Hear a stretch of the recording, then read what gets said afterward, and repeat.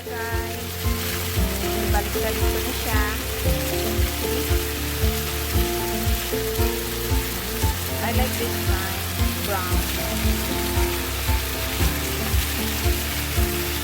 Kasi may flavor talaga siya pag ganito.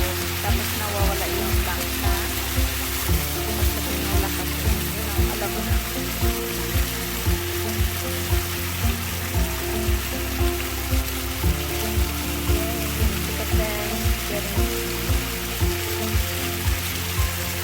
Brown. Oh, this one. Yep. Okay, since parang brown na siya, ito, ilipat ko siya dito.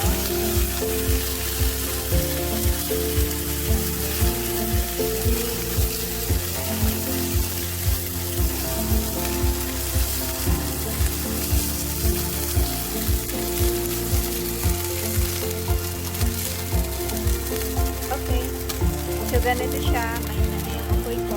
Ay, yung hininaan ko siya. Tapos, ilalagay ko to yung garlic.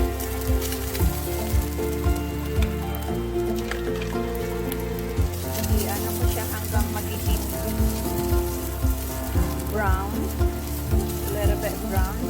Tapos, idagdag ko yung ano.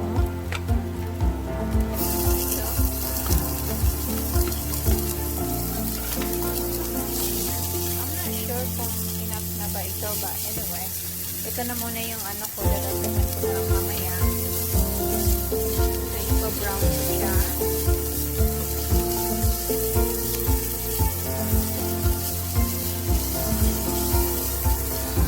Okay, yung chicken. Ito mamaya. Ilagay ko to. I-gista ko. Then, ito yung vegetable. Tapos, nakita nyo naman ito yung red pants na dito is, it's ready na yan para sa, kasi ilipat ko siya dito eh.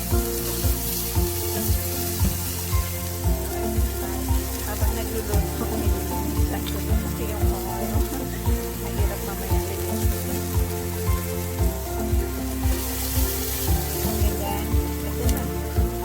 Tapos, nakita, ilagay ko rin yung ginger. Para talaga may lasa. So, yung manok ko wala yung asin. Kasi paglalagay ko yun ng asin, siguro yung parang ano siya, nagkahiwa-hiwala yung laman.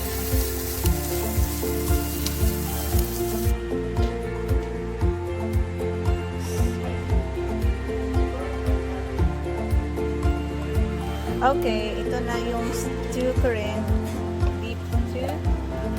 Ilalagay ko na yung carrots at green beans. Oh God, this looks so good. See? Yummy. Ooh.